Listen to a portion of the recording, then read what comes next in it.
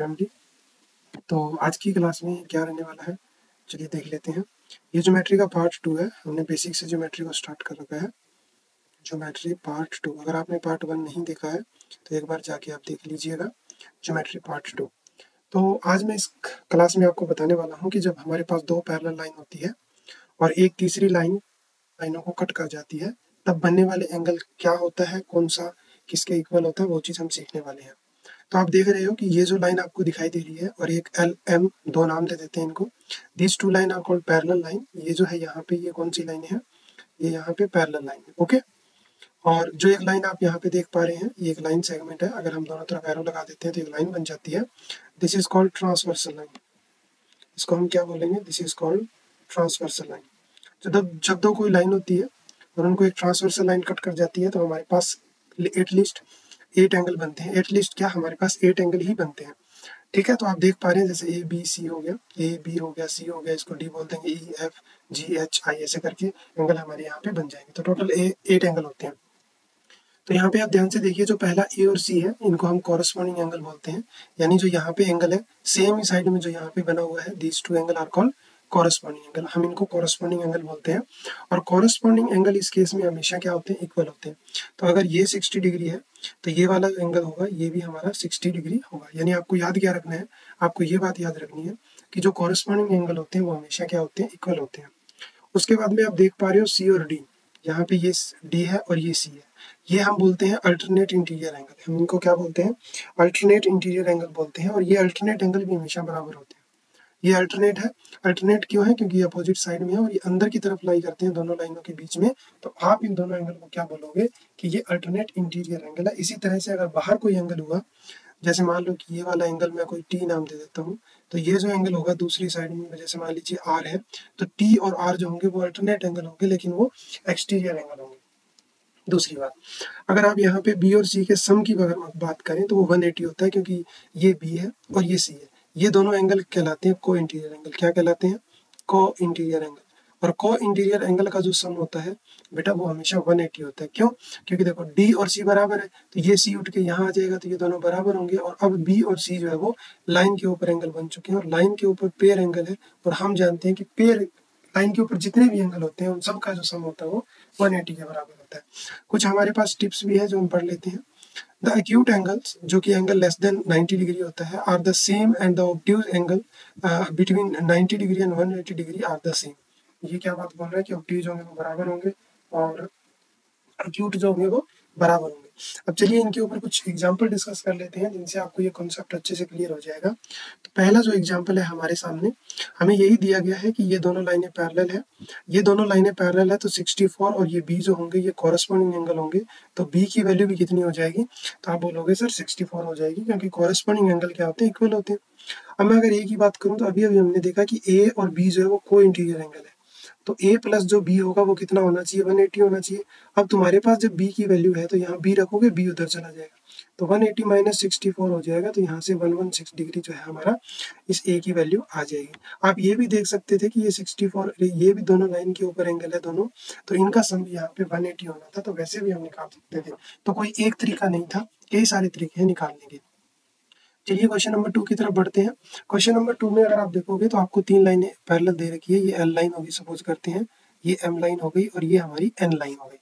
आप बेटा ध्यान से देखो, इन दोनों लाइनों के अंदर अगर आप देखोगे तो 64 और ए जो है वो अल्टरनेट एंगल है, और अल्टरनेट एंगल क्या होते हैं, बराबर होते हैं। ठीक है, तो ए की वैल्यू भी कितनी आ जाएगी, 64 आ जाएगी। अब दूसरी बात ये देखो, ये दोनों लाइनें भी तो पैरेलल थी, और ये दोनों अगर लाइनें पैरेलल है तो बी और 40 जो है वो क्या है, कोरस्पॉन्डिंग एंगल है, एक ही साइड में है। तो यहाँ से बी का वैल्यू भी कितना हो जाएगा, 40 डिग्री हो जाएगा। तो इसने ए और बी मेरे से पूछा था, दोनों मैंने बता दिए। आगे बढ़ते हैं क्वेश्चन नंबर 3 की तरफ। क्वेश्चन नंबर 3 में अगर तुम ध्यान से देखोगे तो तुम्हें ये वाला एंगल दिया हुआ है, कितना है, 1112 दिया हुआ है, राइट, 112 दिया हुआ है। तुम इस नीचे वाले पार्ट को अगर भूल जाओ तो ये दोनों क्या है, ये दोनों लाइनें हैं जो एक दूसरे को इंटरसेक्ट कर रही है। तो ये जो एंगल होगा ये वर्टिकली अपोजिट एंगल होगा, तो नीचे वाला भी कितना होगा, 112 डिग्री होगा। अगर ये 112 डिग्री है तो ये दोनों कैसे एंगल बन गए, अब ये दोनों बन गए आपके को इंटीरियर एंगल। मेरे साथ साथ बोलना भी है। कैसे एंगल बन गए भाई? ये आपके एंगल बन गए को इंटीरियर एंगल, और को इंटीरियर एंगल का जो सम होता है अभी थोड़ी देर पहले बताया था वो होता है 180 डिग्री। तो यहाँ से एक्स की वैल्यू जो है वो 180 माइनस में 112 which is equal to 68 degree हमारी यहाँ पे आ जाएगी। तो 3 क्वेश्चन हमने अच्छे से कर लिए, क्वेश्चनों की कमी नहीं है। क्वेश्चन नंबर 4, फिर से आपको 2 लाइनें पैरेलल दे रखी है, ये दोनों लाइनें पैरेलल है और ये दोनों जो है ट्रांसवर्सल का काम कर रही है, तो आपको यहीं से काम करना है। अब ध्यान से देखो, अगर ये दोनों लाइनें पैरेलल है और ये अगर एक ट्रांसवर्सल लाइन है, तो जो 46 है वो सी के साथ कैसा एंगल बनाएगा? तो तुम बोलोगे सर वो सी के साथ को इंटीरियर एंगल बनाएगा। तो जो सी है और जो 46 है इसका सम किसके बराबर होना चाहिए? 180 के बराबर। तो सी की वैल्यू जब ये चीज इसमें से कम होगी तो 134 डिग्री आ जाएगी और यही बी के बराबर होगा, क्योंकि सी और जो बी है वो दोनों कॉरेस्पॉन्डिंग एंगल है। तो हमने सी भी बता दिया, हमने बी भी बता दिया। अब इधर आ जाओ, अगर ये ट्रांसवर्सल लाइन का काम कर रही है तो अगर ये 40 डिग्री है तो ये भी कितना होगा? 40 डिग्री होगा, यानी 40 होगा। क्यों? क्योंकि अल्टरनेट इंटीरियर एंगल हो गए, और ये अगर ये 40 है तो ये वाला एंगल भी कितना होगा? 40 होगा, जो पूछा नहीं था लेकिन हमने फिर भी बता दिया। तो हमने इसके अंदर सारे एंगल निकाल लिए।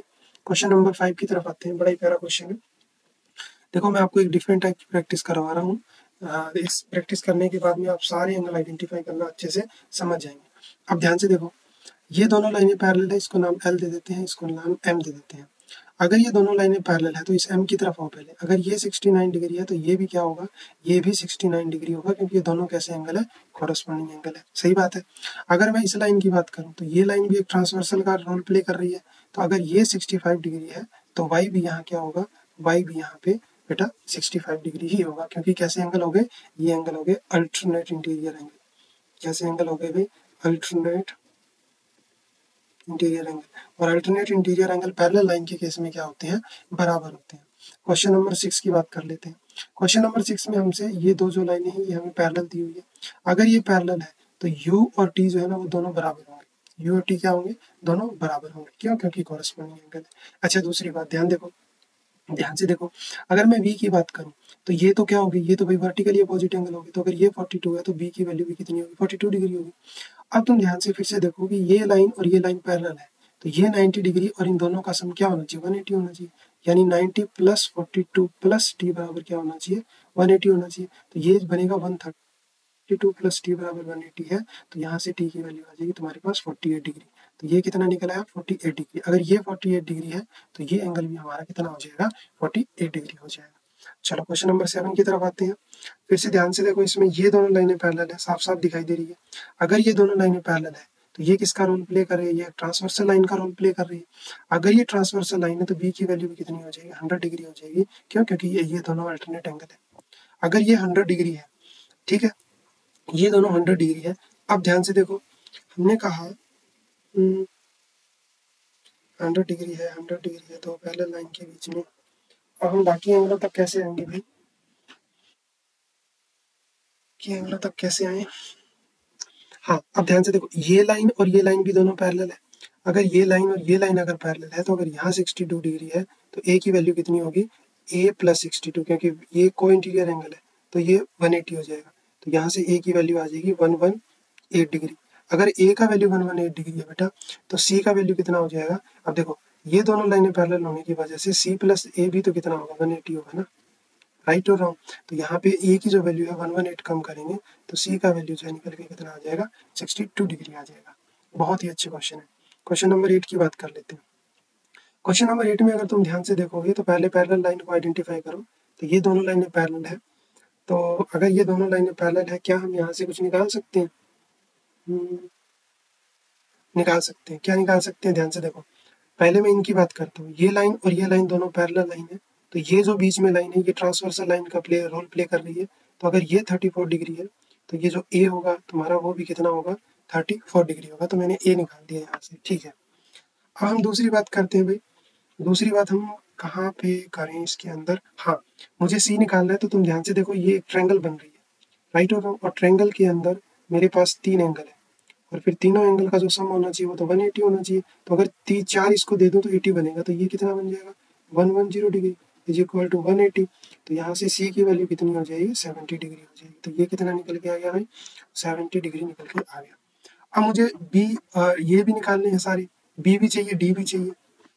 अब ये कैसे निकालूं? अब ध्यान से देखो, ये दोनों लाइनें पैरेलल है और ये ट्रांसवर्सल लाइन है, तो सी और डी तो बराबर होंगे, तो डी भी यहाँ पे कितना आ गया भाई 70 डिग्री आ गया। अब फिर से ये एक ट्रायंगल है जिसमें तुम्हारे पास ये एंगल भी है और ये एंगल भी है, तो ये एंगल कैसे निकल जाएगा, बी जो है वो हमारा 180 में से 34 और क्या कम कर देंगे, यहाँ पे 70 डिग्री हम कम कर देंगे, तो हमारा ये वाला एंगल निकल आएगा।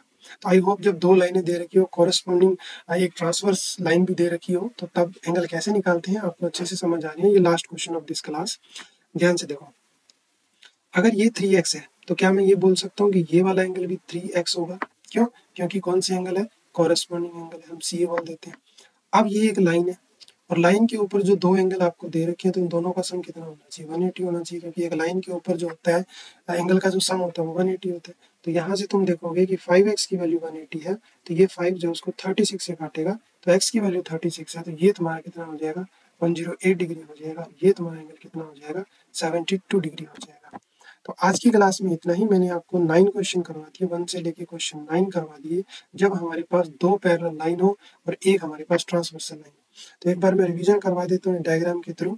ये जो एंगल होगा और जो ये एंगल होगा, ये कॉरेस्पॉन्डिंग एंगल होंगे, और फिर ये जो एंगल बनेगा यहाँ पे और ये जो एंगल बनेंगे ये अल्टरनेट होंगे, और ये जो एंगल होगा ये इसके साथ कॉरेस्पॉन्डिंग होगा, ये जो एंगल होगा देख रही हो ये इसके साथ कॉरेस्पॉन्डिंग होगा, और यहाँ पे ये जो अंदर वाले एंगल होंगे ये को इंटीरियर होंगे, और इनका सम हमेशा कितना होगा 180 डिग्री होगा। तो आई होप आपको क्लास अच्छी लगी होगी। Thank you so much for watching this video.